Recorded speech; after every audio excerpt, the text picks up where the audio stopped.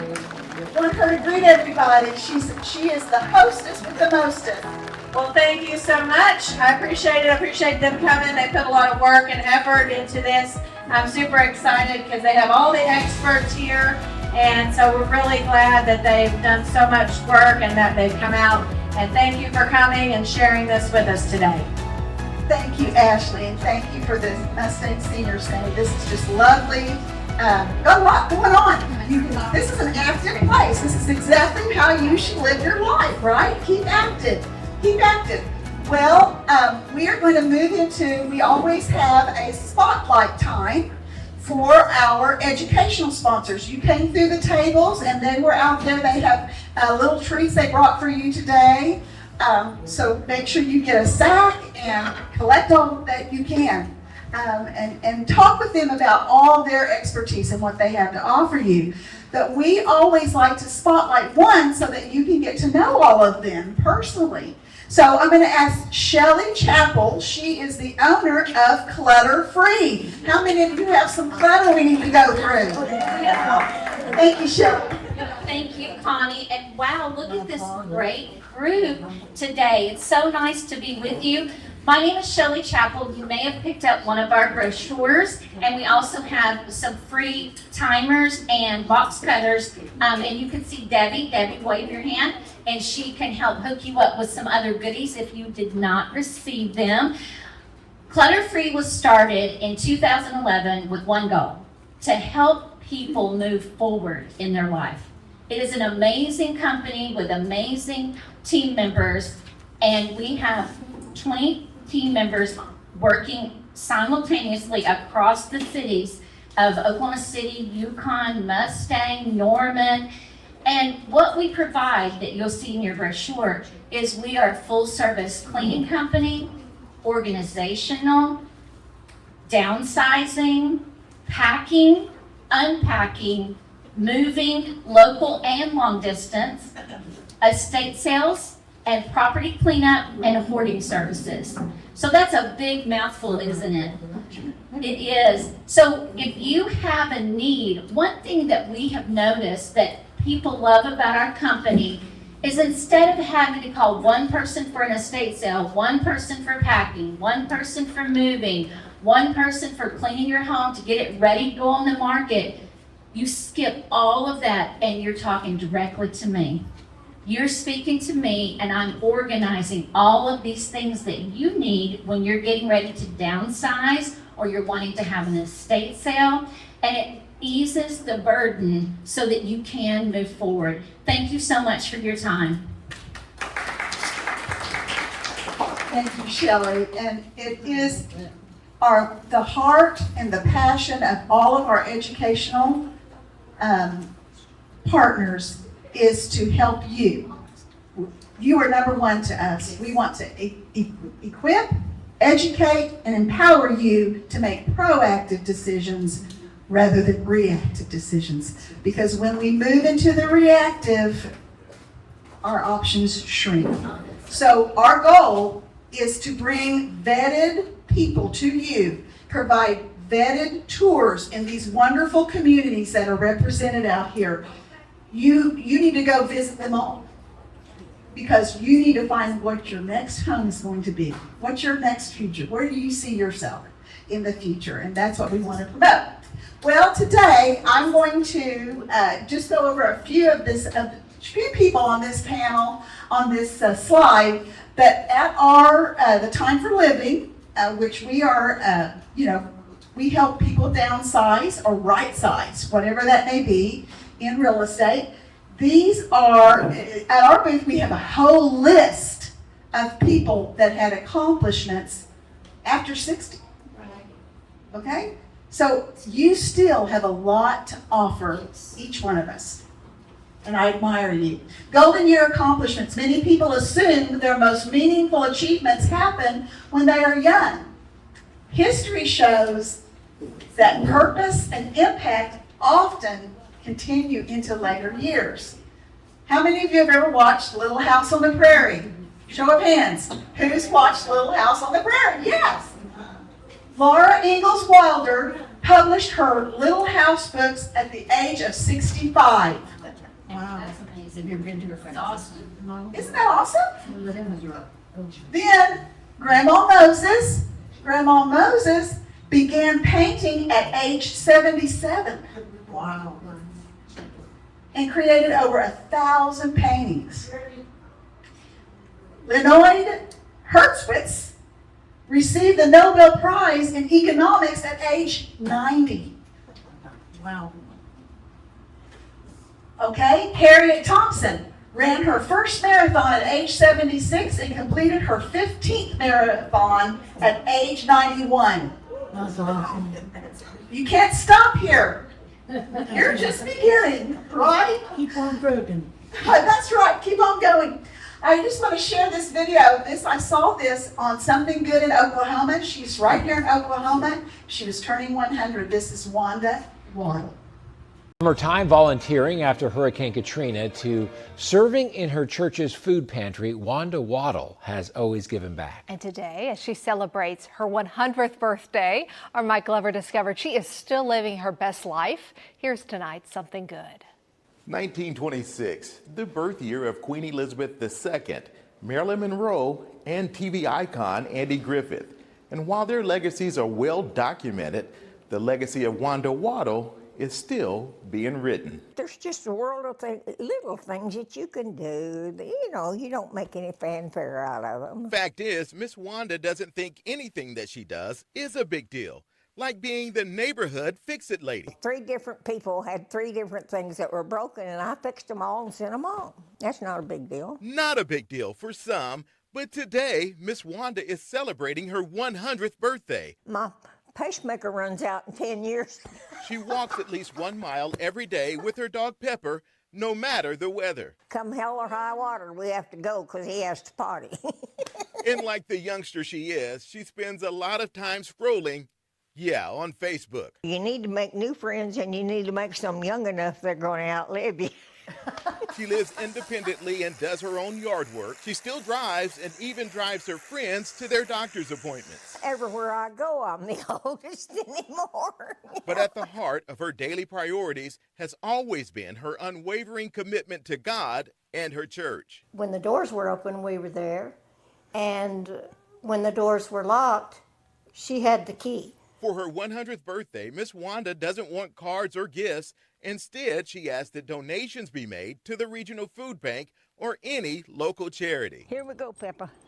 Here we go. Her secret to turning 100 years old: Keep breathing. 100 years young and still kicking. Miss Wanda Waddle, you are definitely something good. I'm Mike Glover for Oklahoma's Own. How did you enjoy that? Is that not wonderful? Is that not wonderful? What do you got to do? What did she attribute her 100 years old being to? Breathing. Keep breathing. Keep moving, right? Keep moving. So that is awesome. Well, we have our expert guest speaker today. We have Debbie Miller, and I'm going to let her tell a little bit about herself. And she has a little PowerPoint. You have a page of notes that you can take notes on, and we will have, and jot down if you have a question that she doesn't answer, jot it down, because then we're going to move into our testimonials, and then we'll do Q&A. You can ask any of this panel, this wonderful panel up here, questions. Okay? So jot down, if you have a question to ask any of these people throughout the seminar, just let us know. Okay? And just jot them down, and we will have a Q&A time especially for you. All right, Debbie, you have the floor. Thank you.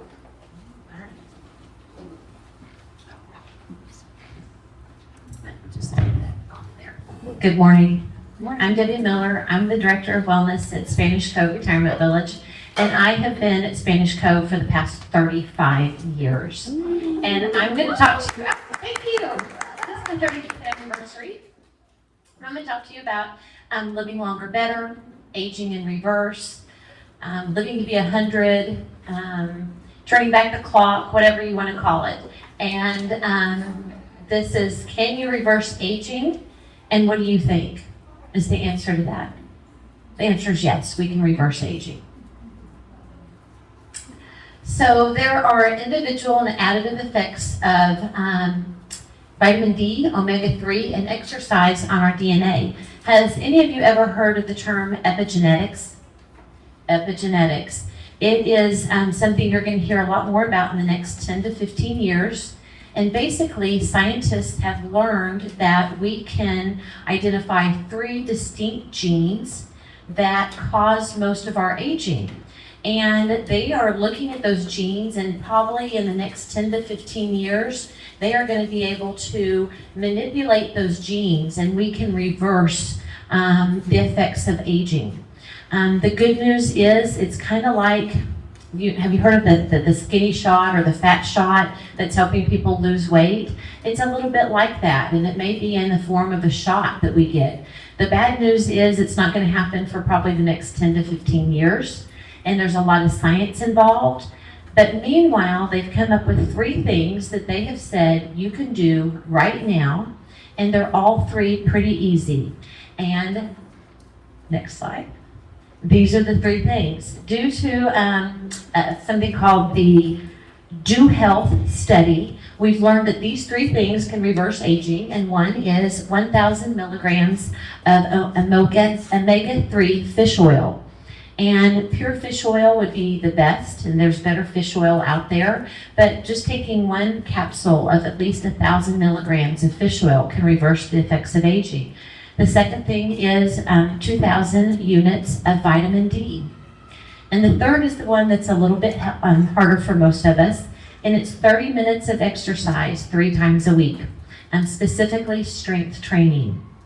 Those 3 things that you can do can reverse many of the effects of aging. And if you asked scientists, researchers, different people, maybe even some of the panel up here, how can we reverse aging? Everyone has different ideas. Wanda said, keep breathing. I was hoping she was going to say, keep moving, but she said, keep breathing, which of course that's really, really important. But the movement, probably a little bit more.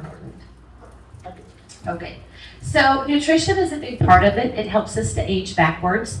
And a lot of people don't want to hear about nutrition because, as we go through life, stress sometimes causes us to eat differently and maybe eat things that we don't want to eat, or maybe we don't know. They say nutrition, how do you get enough nutrition, the proper nutrition? And I tell people all the time, last night I had pizza for dinner, but I ate a spinach salad with my pizza. So it kind of counter-affects the benefits of the pizza or the side effects of the pizza. But there are foods that help us reverse a lot of the signs and symptoms of aging. And a lot of those foods are up there, and it's colorful foods. If you want to make it real simple, eat lots of colorful foods, and that's how we can reverse a lot of the signs of aging. So, of course, exercise and movement. We would be remiss if we didn't talk about this for a little bit. And the interesting part is research is showing it doesn't have to be super hard, that we can just get out and move. And that's why I put movement up there instead of just exercise too. It can be a simple walk. A lot of research is showing, especially a walk after a big meal. A lot of times when we eat a really big meal, it's super hard on our body, but if you get up and just take a 15-minute walk, it really helps to improve digestion and makes us feel better, and it's really good for us. So it doesn't have to be strenuous exercise. Walking, swimming, things like that are really good for us. And strength training, lifting some weights, lifting our own body weight is really important. So I took a bunch of research and condensed it into the 15 things I saw and read the most about aging in reverse.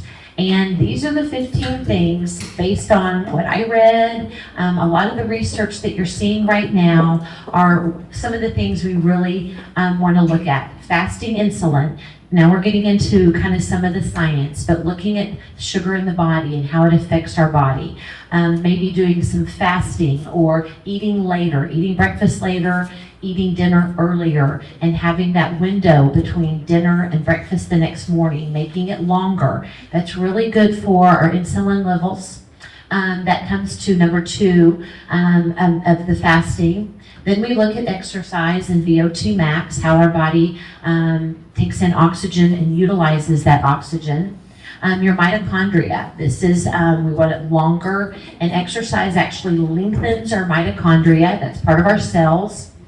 We want to avoid seed oils, we want to avoid sugar when possible.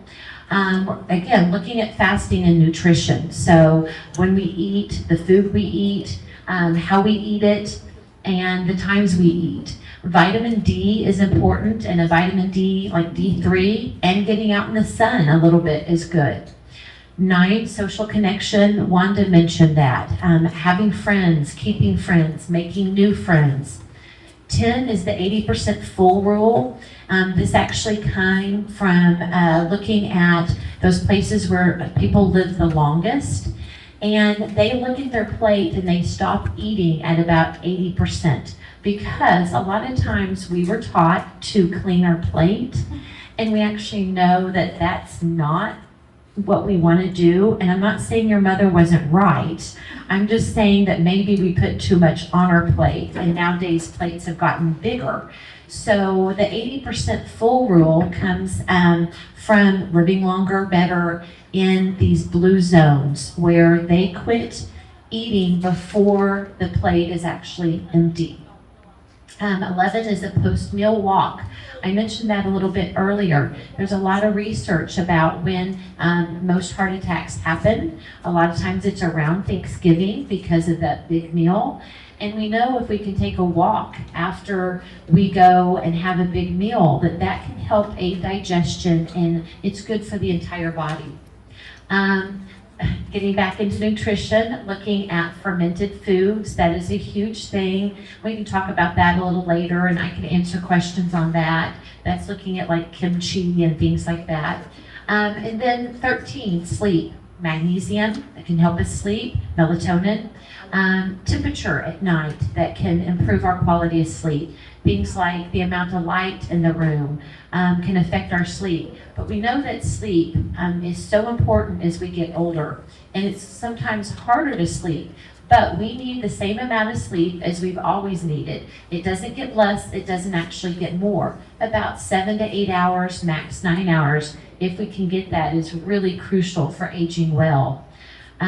14, maintain muscle mass. And number 15, keeping and having that sense of purpose. So sleep, it's important for our body. It's from the brain, the heart, the lungs, to energy. It protects against sleep and mood. It affects our ability to function during the day. A good night's sleep can help you learn, create new memories. It's so critical. Not getting enough sleep can actually harm our body. And so if we want to age well, age better, live longer, sleep is critical. And if you're not getting a good night's sleep, you need to talk to your doctor, healthcare professional about that, because it is so, so important. The other thing is there are things that affect our sleep. How much time we spend on the screen in the evenings.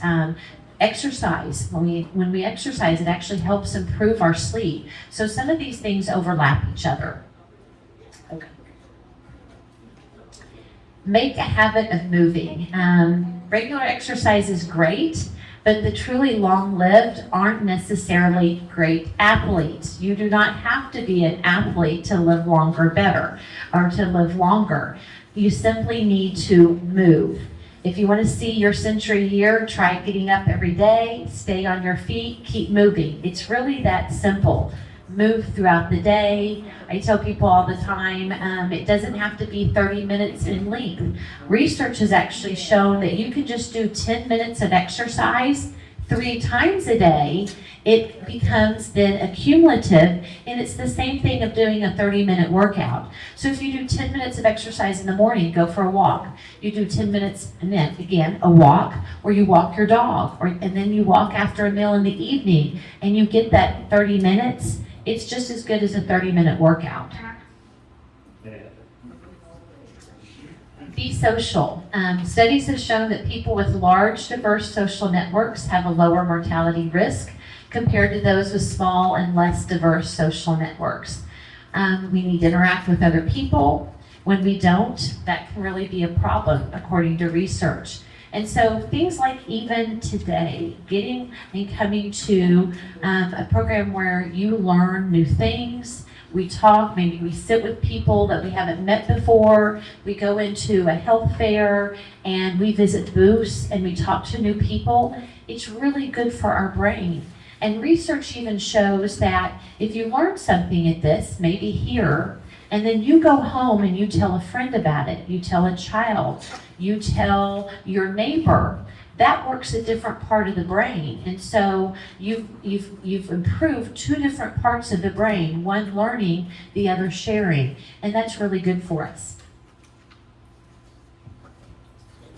Manage stress, and this isn't easy. I'm still working, my husband's retired. And we talk about our day a lot of times, and I'll sit there and say, well, especially when he first retired, what did you get done today? And he'll say, well, Debbie, I did a lot. And I'll say, well, the dishwasher isn't loaded, and the laundry's not done. And he says, don't go there. So it doesn't matter how old we get. It doesn't matter what age we are. We still have stress in our life. And so learning to manage that stress and find ways to decompress, de-stress is really important. And I truly think sometimes as we get older, we actually have a harder time managing that stress. And maybe children, maybe grandkids, maybe our friends don't understand, but we still have a lot of stress in our life. And that stress isn't good for us. So we're going to go back to exercise and moving. One of the best ways we can manage stress is get out and take a walk, go and work out. It helps us to think better. It clears the mind, helps us to sleep better. Sleep affects our stress level. And so all these things kind of keep circling back to each other, and they really work together. So go for walks, take naps, pray, meditate. For me, I learned a long time ago, yoga is a great de-stressor. You focus on your breathing, you move. Yoga is a very positive thing. And so I tell everyone every chance I get, go take a yoga class if you're really stressed out. You're going to feel better and your stress level is going to go way down. And tease your brain. We've heard this many times, brain games. And the thing about brain games are you want to get progressively harder. So if you're doing word searches, maybe you don't like Sudoku, or maybe you don't like crossword puzzles, but you do like a word search. You want to get harder word searches. If you're doing crossword puzzles, you want to get progressively harder. If it is Sudoku, you want to go up in levels and make it harder, or try new things. We hear a lot of times, learn to play an instrument or try a new language. There are things that we can do outside our comfort zone that are really, really good for our body. So maybe try line dancing or a tap class or something like that really challenges your brain. And I'm working with a senior right now who is a retired doctor. And she has no background in dance whatsoever. As a matter of fact, she says she has 2 left feet.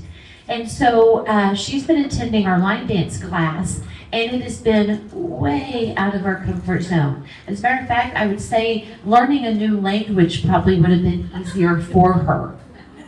But she is out of her comfort zone, and every week she gets just a little bit better.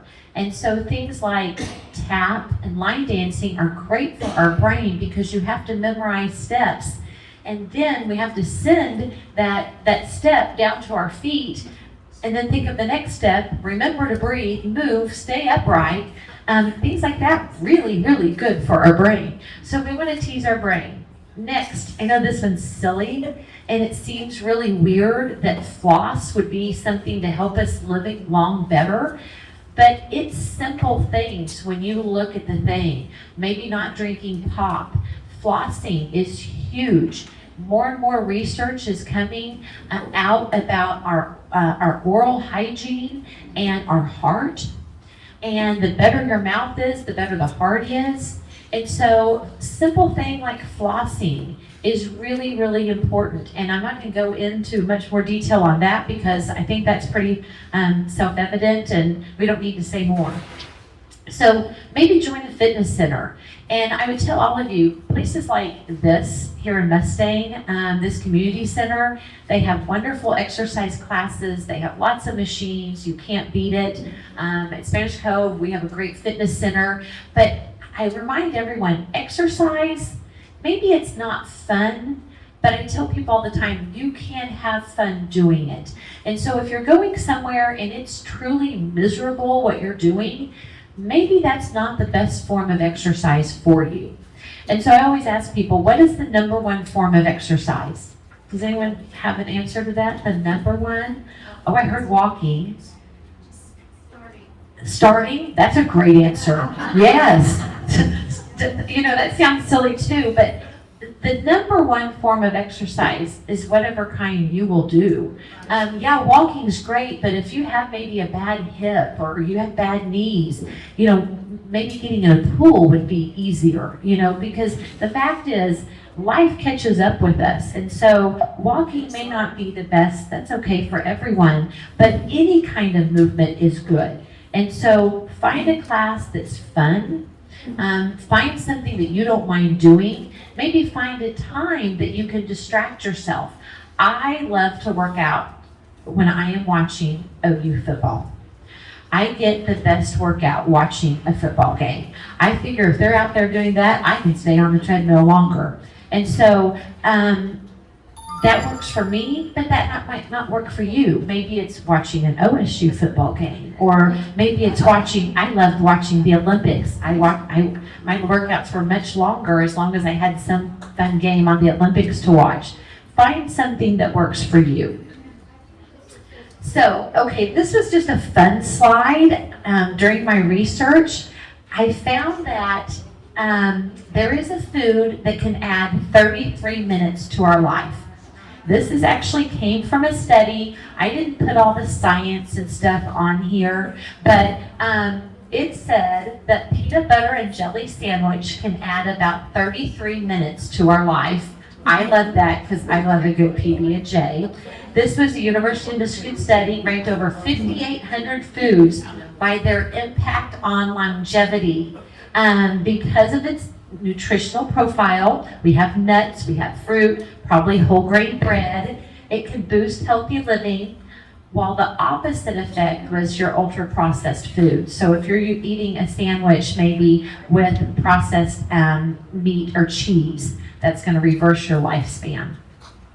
And my last slide is treat yourself. This is something that I kind of learned really during COVID. I used to be on a pretty strict diet. I felt like I had to exercise every single day or I wouldn't be a good motivating influencer. And then this thing called COVID came along, and we realized that life is really hard, and that you can do everything right and still catch something that might end your life. And so I do believe in rewards. I'm a chocoholic. I eat chocolate every single day. And I do believe that if we're going to make healthy decisions and do everything right, we should reward ourselves. But rewards don't always have to come in the sense of food. Reward can be going for a walk. Reward can be trying a new class. A reward can be doing something different, doing something fun with a friend.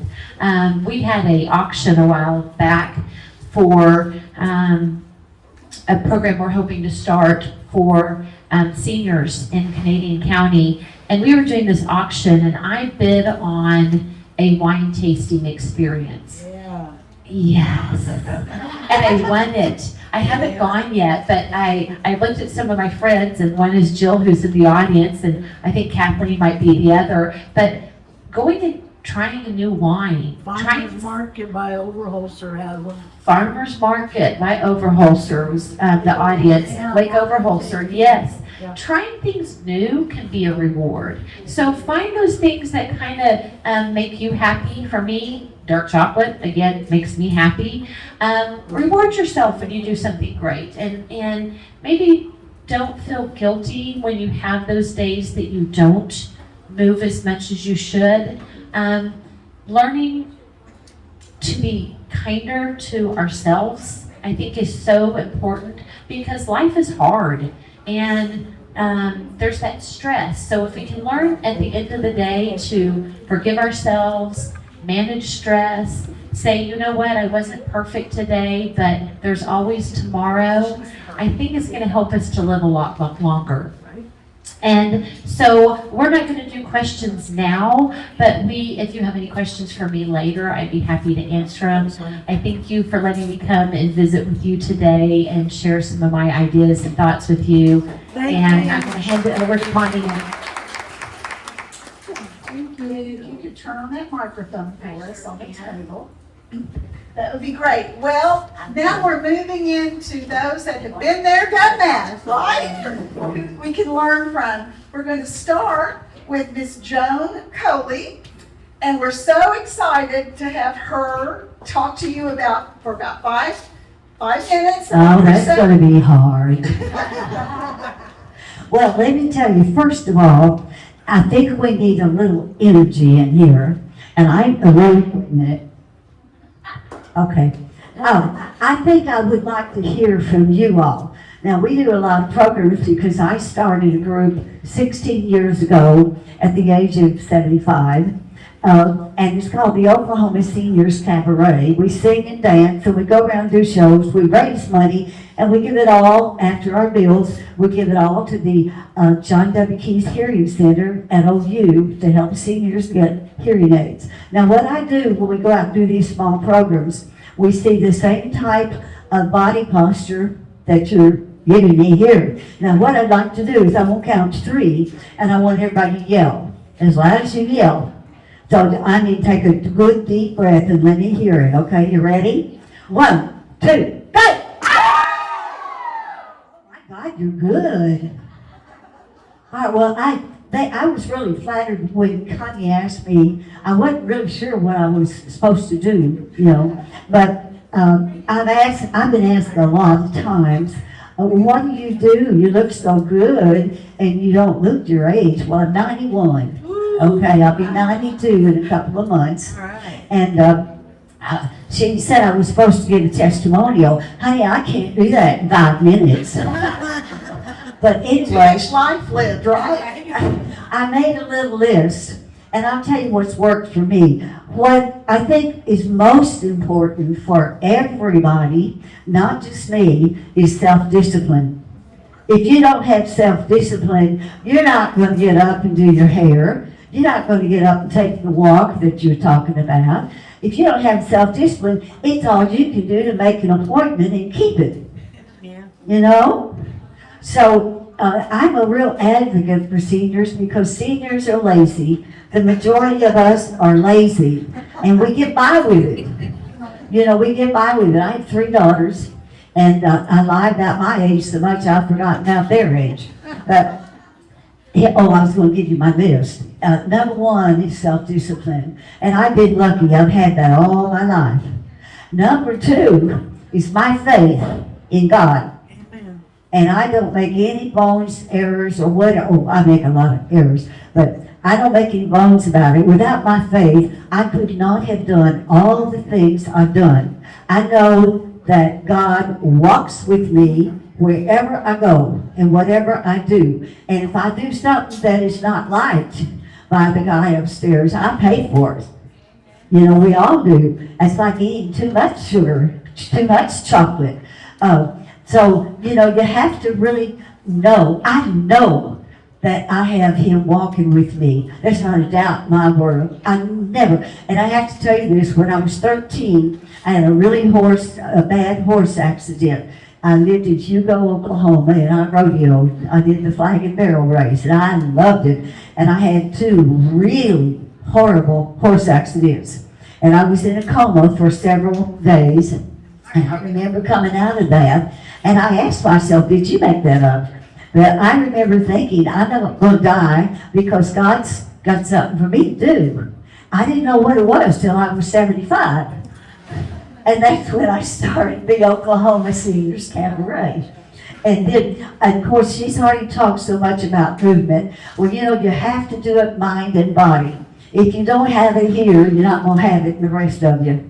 So what I do when I'm driving is I take the license tag and I reduce the numbers to 1. Like if you've got a 5, a 6, hope I can do this in my head, a 5 and a 6, that's 11, and say you have a 3, that's 12, 13, 14. Well, you add the 4 and 1, you get 5.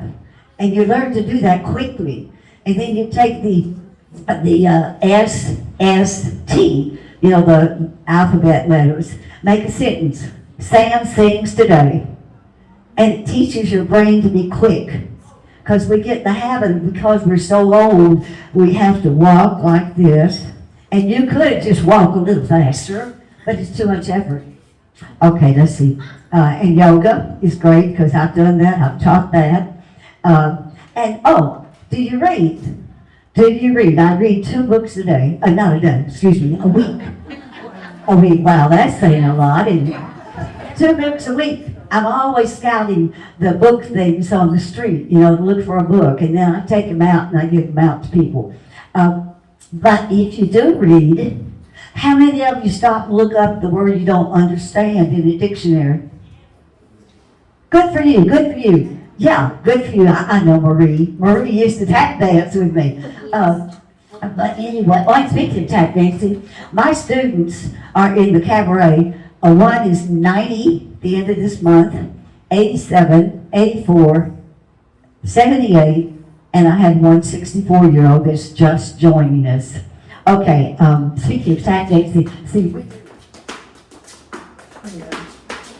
I mean, it's just all up here. It's all up here. Okay. Oh, and ladies, don't lose the little girl in you. You know, you have to remember, you've got that little girl. Little girl was full of curiosity, remember? Why? Why's he doing that? Why didn't she do this? Well, my goodness, that's ridiculous. Why didn't she do it that way? Don't lose your curiosity and vanity. I see, I'm ready. Every one of you women out here should have your makeup on. You gave it up because you got a certain age. Yeah, nobody cares. Yes, we do care. We do care. You get your hair fixed and you take care of your hair. What about your face? You got to take your face material off at night. That's called makeup. You have to take it off at night, every single night, regardless if you're so tired or so drunk. I don't think he ever drink. But you have to take it off and cream your face and do your décolleté. I don't have any wrinkles down here.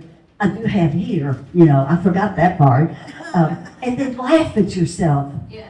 Laugh at yourself. That is so important. And especially when we have those senior moments and we wander around thinking, what am I looking for? I came in here. What am I looking for? We all have that as we get older. Yeah. And you have to fight it and have to ask the guy upstairs, hey, help me find that. And you'll find it. Okay, that's it. Oh, keep learning. Keep learning. Don't sit in front of that TV. If you want to know something, go out and seek the help for it. Yes, it may cost you $1 or $2. You're worth it. You've raised a family. Most of us have raised a family. Some of us by ourselves. You deserve nice things at this age. And we're taught as ladies, I was taught this anyway when I was little, you do everything to please everybody, right? That's the Oklahoma way. Well, I went to California. I was in the world of Hollywood, and I did a lot of work out there. And I guarantee you, you have to know that you are important enough to stay pretty. To stay pretty. Doesn't matter how old you are, you have to be pretty inside as well as outside. And then helpful. Helpfulness is such a wonderful thing. You don't have to know anybody. If you see someone struggling, you help. And you don't have to know their name, you just help. And the other thing is kindness. You cannot be kind enough. You can't give it all away.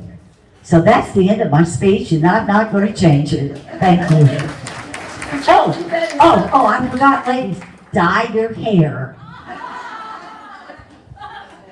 Well, I got birds in here. I have to say, during COVID, I had lots of my friends, that's when they kind of went the pepper, right, route, because they were inside. And, right, I never tried it. So, anyway, our next testimonial is Virginia Peters. And I met Virginia at a lunch and learn, and then I also am working with her on the downsizing process. So she is just awesome. She is a professor, and she's going to tell you a little bit about herself and how she's kept fit, not just because she taught it, right? Right. Well, she already told you, my name is Virginia Peters. I'm retired from the University of Central Oklahoma, where I taught for 34 years in the Department of Health and Physical Is your Education. mic not on? What? Mic's not on. Or you're not talking loud enough? Can't hear you. You can't hear me? No. Okay. I can. Put them, I learned a long time ago, the mic in your mouth. Oh, I forgot. Put the mic in your mouth, okay. Well, so I've been blessed. Been blessed with good health. There's a genetic portion to that. My dad lived to be 89. My mom died at 82 of ovarian cancer, so her grandmother and great aunt were both in their 90s. So there's a genetic component there too that I've been blessed with. So I know that that's something, but I've also worked at it.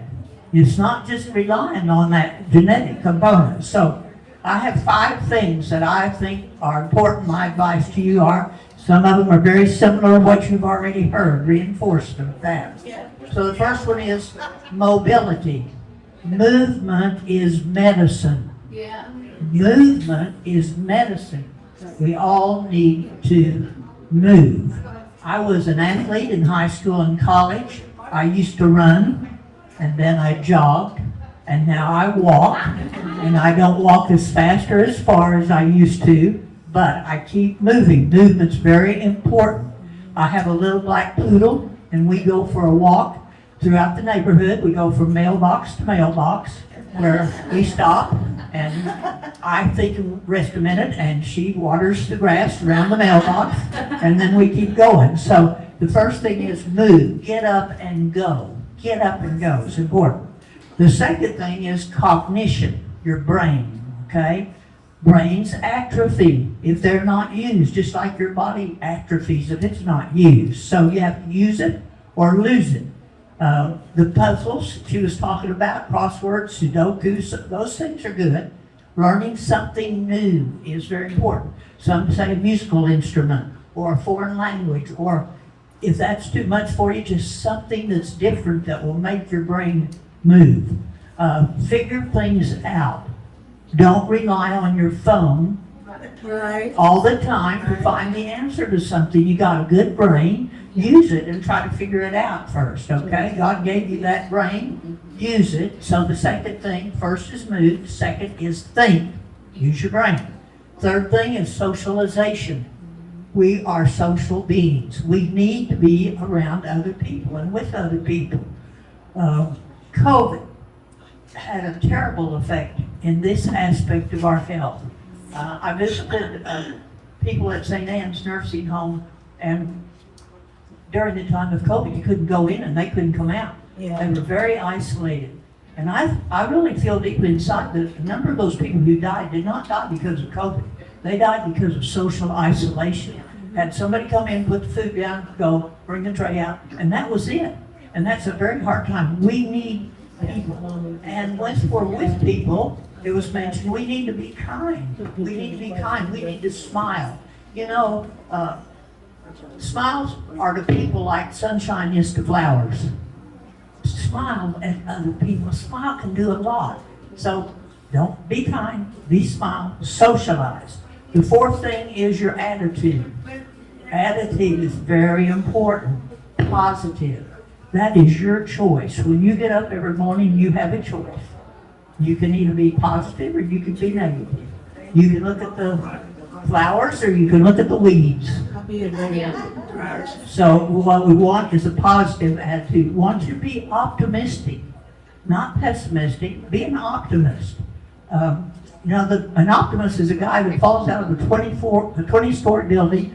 On every story, on the way down, he says, "I'm okay so far. I'm okay so far." That's optimistic.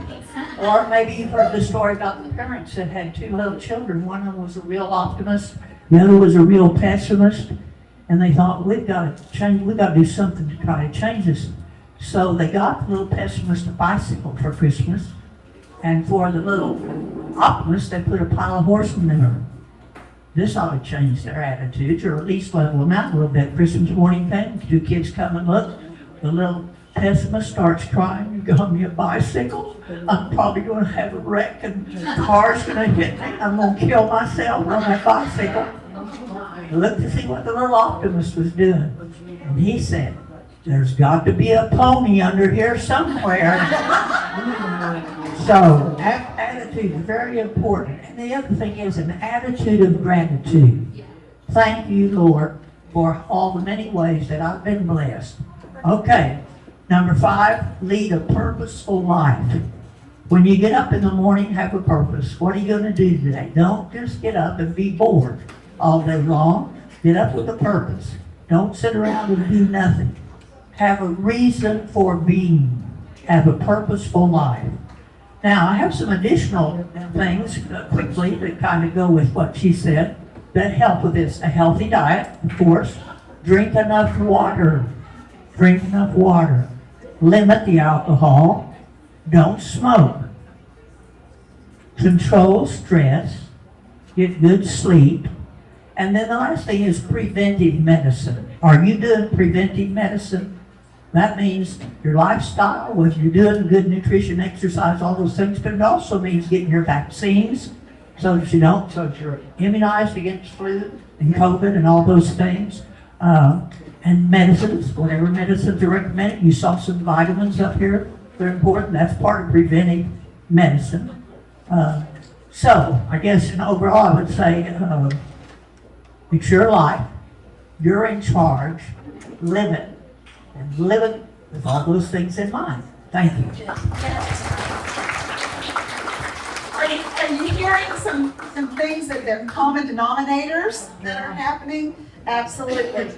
Well, it is with my great honor and privilege to introduce our next testimonial is Miss Kathy McKinney, and she turns 100 November 28th.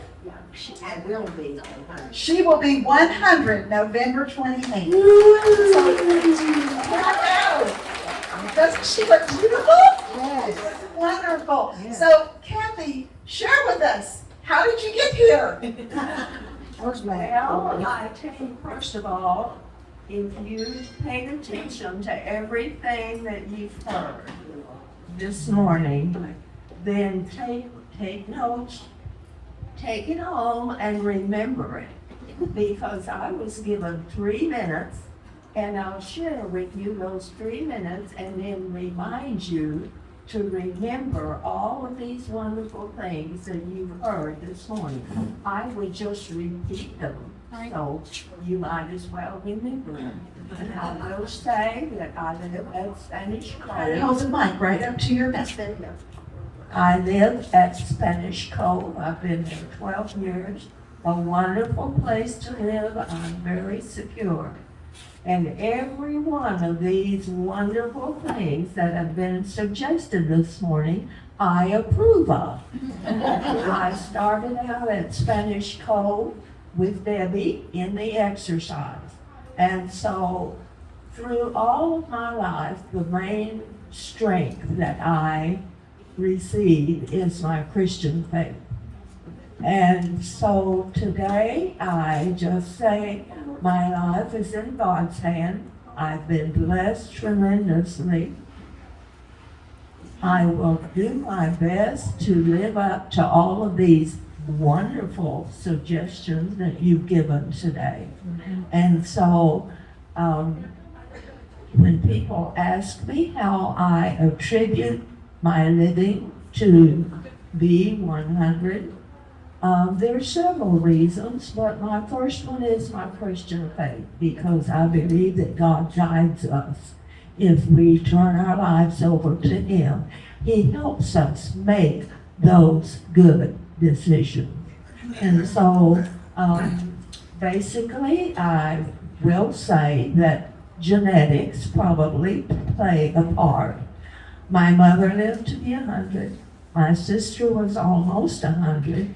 My great-grandmother, who lived in the 1800s, lived to be 91, which was a miracle in those days. So I just say, walk the walk and remember all these wonderful things that you can do, and I think I've done them all. So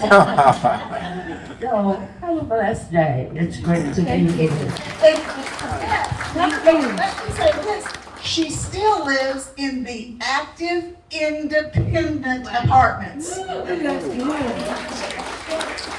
Wonderful, wonderful. Well, the last one is Kathy, and she's a little shy, so she was interviewed and on the television as well. So we're going to play Kathy Moffett for you, and then we'll have her answer questions, and all of you just answer. We'll open it up for Q&A. But here's a little bit about Miss Kathy. And I have a little bit of a tender heart because I have to tell you something special about Miss Kathy.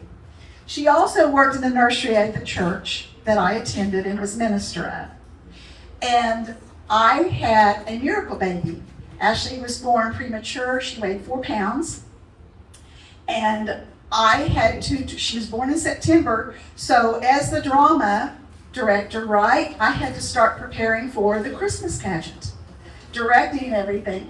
I went up to the nursery, 4.5 pounds by the time we went to church, and took her to the nursery, and Kathy took her in her arms, and Ashley, from that day forward, she went right to Kathy. When I come back to pick her up, Kathy was holding her, and so she was spoiled my daughter, so of course she is a special part of my life. A woman in her late 80s is training for the 25th Run to Remember.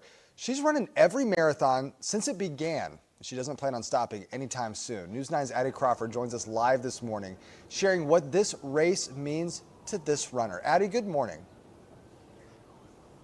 Colby, good morning. Kathy Moffett has laced up her running shoes in marathons in places like Boston and New York City, but she says her connection to the victims of the Murrah Building bombing is what makes the Oklahoma City Marathon so special. I couldn't believe it. I could not believe it. And I know people who were there and who passed away. By looking at her many awards and marathon first place finishes here, you'll see Kathy is running royalty, earning her spot in the Oklahoma Long Distance Running Wall of Fame. While Kathy sticks to walking and jogging now, she says she still feels that same freedom that running gives her. As Kathy trains for Oklahoma City's race weekend this year, she looks back on all of the years with fondness. It's the run to remember. And that's what we do. And you go to the start line and there's all those people.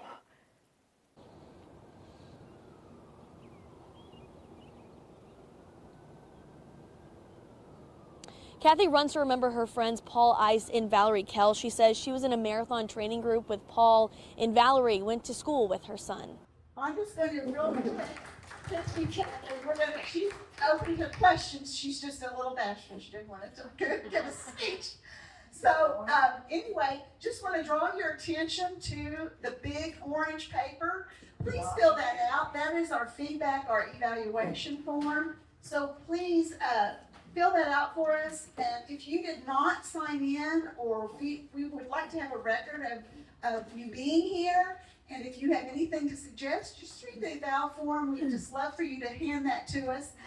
Is Terry anywhere close? Terry, raise your hand and wave it. If you could give those to her as we leave after the Q&A, just make sure that we get your feedback because we want to learn from you. It's all about learning, right? So, and if you brought a friend, make sure that you signed in at the table for the giveaway. And be sure to visit our educational partners on the way out. I know some of you did on the way in, but really they have articles, they have things pertaining to this to add to your value education. So we're going to open it up for questions now, and I'm going to repeat the questions because we can't really carry the mic around. So if you have a question for Debbie or any of our seasoned panelists, please raise your hand. Let's have a question. Yes, Sharon. Debbie, this is for you, and I know it sounds a little weird, but how do you know when you're 80% full? Okay, the question is, for the video, the question is for Debbie, how do you know when you're 80% full and should stop eating? That is such a good question. And have you watched the Blue Zones? Has any of you seen the Blue Zones? Living long, how to live long, better, living to be 100. Do you have Netflix? Does anyone have Netflix? If you have Netflix, it's on there. And up in the search area of your Netflix, type in Blue Zones or How to Live to Be 100. And they looked at the 5 blue zones around the world. And this was actually in Asia, that they fill their plate and they only eat 80% of what's on it. So 80% full is kind of like that. And I'm going to tell you right now, it's really, really hard, and I'm not going to say I'm very good at it. Because my mom said if you didn't clean your plate, you couldn't get up from the table. But I do try to, maybe when I'm eating Mexican or that pizza or whatever, not go back for a third piece, even if I'm wanting one sometimes, or that kind of thing. Maybe cut down on the amount of chips. But I know from the Blue Zones and watching that, they just eat 80% of what's on their plate. And that's how you can maybe be 80% full, because my stomach does not talk to me like that. It tells me it wants more. So I haven't quite learned that one. It's just kind of what was part of when I was looking at How to Live to Be 100. And if you Google it, try Googling it sometimes. There's at least 100 different ideas. Everyone has different things. I kind of just tried to pick those top ones. You can find 25 ways, 100 ways, different things. But that's a great question. Yes. If you figure it out, I want you to come tell me. Yes. And one thing my mother used to tell me, what she did when she was by herself, she would meet friends for lunch, and she would half her dinner plate and set it as just right when she got her food, because the portions are really large now when you go out to eat. So she would half her portions and ask for a to-go box. And she would put half of it in the to-go box, and then she ate it as leftovers. So that would kind of be a monitoring. It's a great way. And my husband and I do the same thing. Sometimes we split a meal, which works also. That's good too, Yeah. yes. Splitting a meal with a friend or something like that. Great question. That's a great question. Yes, ma'am. You mentioned fermented foods and said you'd get back to it, and you never did. Oh, repeat the question. Okay, yes, the question was, you mentioned fermented foods and you never got back to it. Sorry about that. So the fermented foods is a big deal right now, and again, it's talked about in the Blue Zones. And fermented foods are kimchi, kombucha, things that have fermented, basically. And what they say is that is extremely good for our gut and gut health. And if you haven't heard yet, a lot of people are calling our gut, our stomach, our second brain. And if your gut's healthy, the rest of your body is going to be healthy. And so Greek yogurt, yes, kimchi, kombucha. Kombucha is a drink that they've taken green tea and fermented it. And so I'm just going to warn you, the first time you drink it, you may spit it straight out. But it's kind of like if you go from cola to Diet Coke, it's kind of acquired taste. I really love kombucha. You can find it at the grocery store. It's in the refrigerated section. You can especially find it at places like Sprouts or your health food grocery stores. And same thing with the kimchi. But learning to like those, you almost have to learn to like it, and a little bit goes a long way on that. But those are fermented foods, and they actually help our gut and making your gut healthier is so important. And I especially think as we get older, it's even more important that we have a healthy gut. I have a question real quick for the panelists. Did you find that working around younger people inspired you to live longer?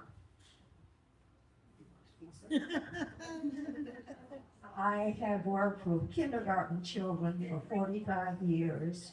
They are my favorite group to work. They're just little sponges. Yeah. But I find that each age group has its own rewards. I have lived 10 decades, and each decade has been special. So you just have to be friendly and get to know people, and it will bless you. Well, of course, I taught college-age students, but also in supervising student teachers, was out in the schools, being around the young students. One of my problems now at the age of 90 is that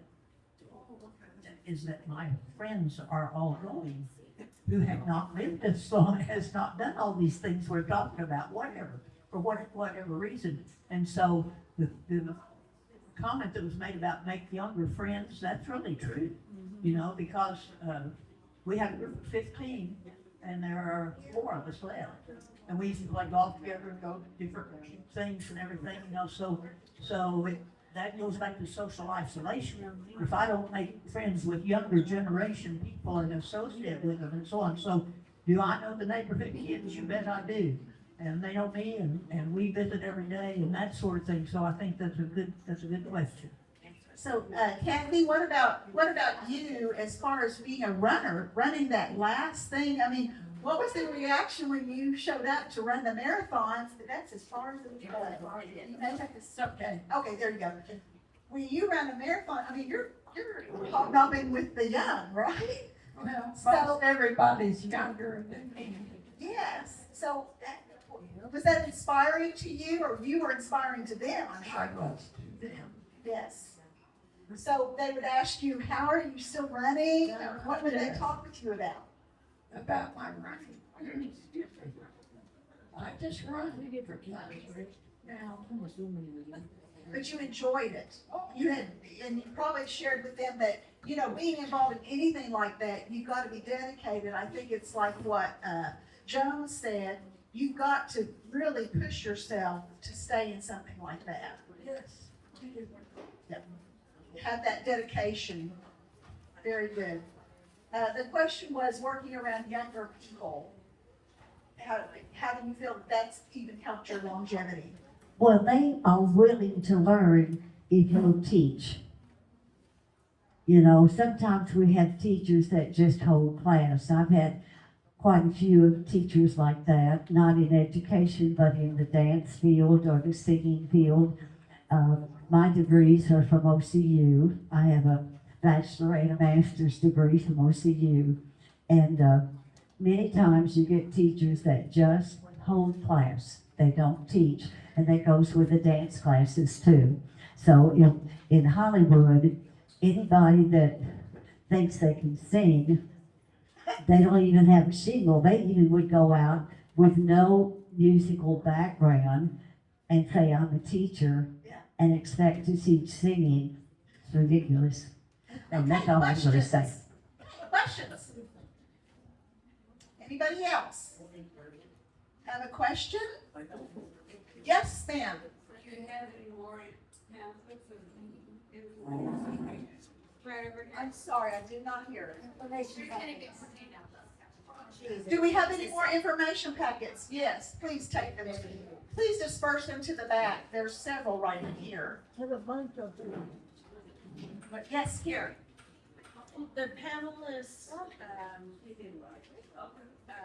the things that they do now, did they like when they were younger, like running?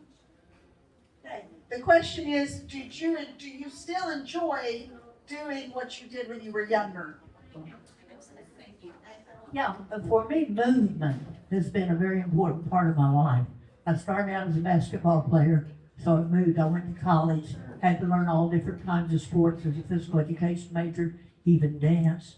I saw those modern dancers and I said, I'm not doing that. Exactly.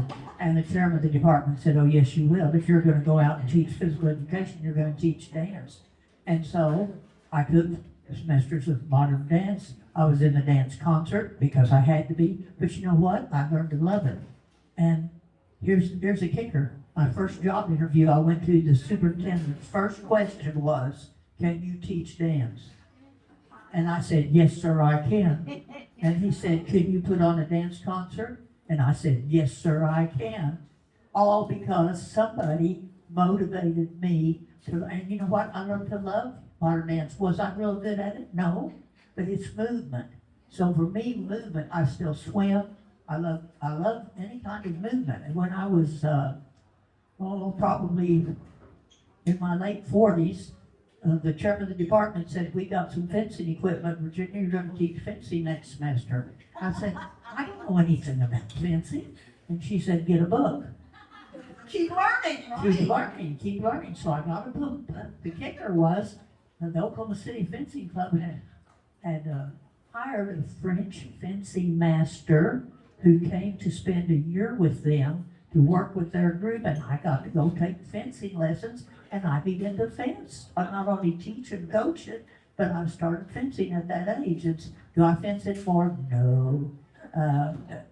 I might still do it because my arm's a lot longer than anybody else's, that sort of thing. But anyway, all those activities, I love movement. I still love movement. I wish I could do more of it. Like I said, I don't run anymore. I can't. Knee, hip. But I can walk, and I can move, and the thing I didn't mention that somebody else did, I can get up from that chair and not watch television 4 hours straight, even if it's just on the commercials. Get up and move around. There's lots of commercials and they're long, and so there's plenty of time to exercise here. So That's true. That's very great idea. And do either one of you have anything to say? Was adding about, the question was, do you still enjoy doing what you did when you were younger that kept you active and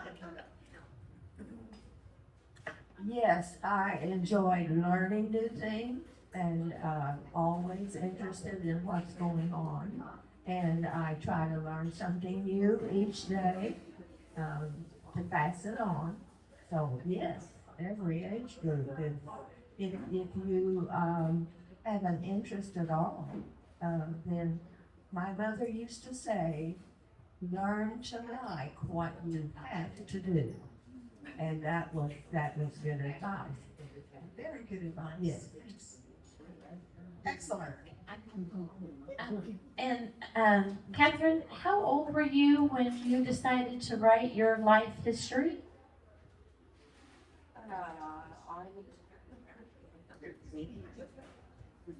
This is my soapbox, folks. If you haven't written your life history, start it today. If you just write a paragraph, start it today.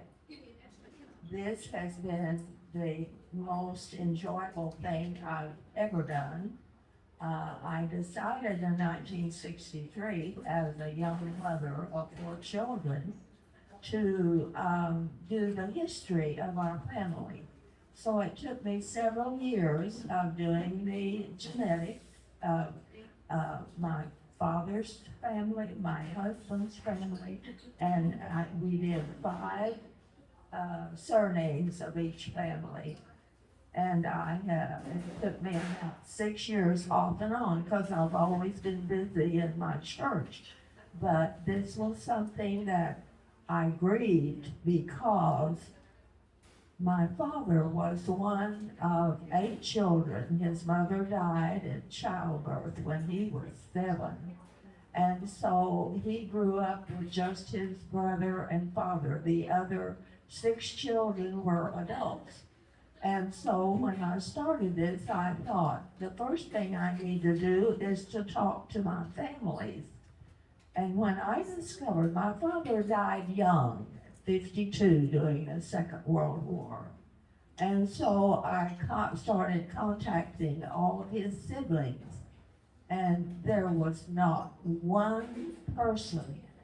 Those were 8 families, and each family was large. Not one had written any history of my father's family.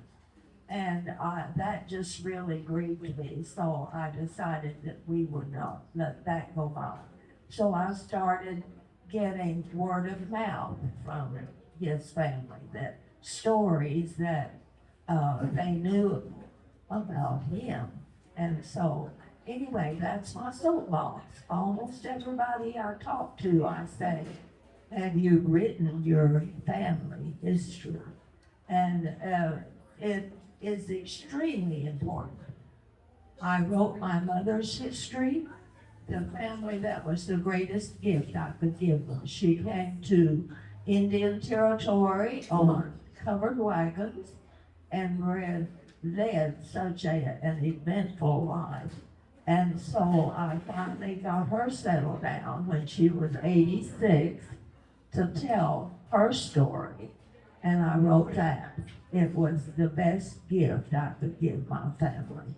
So it's so important. I hope you will. I've been to numerous well-known writers' classes, and they all say the same thing. Just get a pencil and a paper and have it handy. And when these thoughts come to you, or the stories, write it down. I tell my children and my great-grandchildren, write your story. It will be invaluable. I love that. I love that because it's so important. So many times we lose that opportunity, right, to hear the stories from them. Well, and one thing about writing your story is that you won't be able to chronologically remember what year. So my story is, I forgot it. No, it's called something of my journey. Tidbits or something, tidbits of my life or tidbits of my journey. And that way you don't have to try to be chronological and you just have little spurts, you know. Like a memory book. Wonderful. Any other questions? Anybody have a question? Well, we are going to, again, please give us the evaluation form. And next month, we are doing Time for Wellness, Insights from Neighborly Wellness, Totally Natural. We will be in Edmond at the Francis Tuttle Complex next month. But this is our topic, and you are more than welcome to come. We'd love to have you. And then the next month, you have the schedule right there in front of you. We have both Just Mustang schedule, and we have our full seminar schedule. We cover a multitude of topics. We just had a pharmacist last month there talking about how you need to talk to your pharmacist. They need to be your best friend because they can tell you what things you can take together, really, more than anything, to make sure that you're taking the right things and not countering each other. And we also have about learning about the different communities. We're going to have people there talking about the downsizing process, which you may not be starting it this year, you may be starting it next year. But we also have downsizers clubs that are available monthly. If you want to come to those, we have it at Spanish Newsroom. We have it at Touchmark in Edmond, and we have a quarterly downsizers club at Concordia. So pick up the flyers on the way out. We have them all at our booth, and they have them at each individual booth. So thank you for coming. We appreciate you so much. Thank you.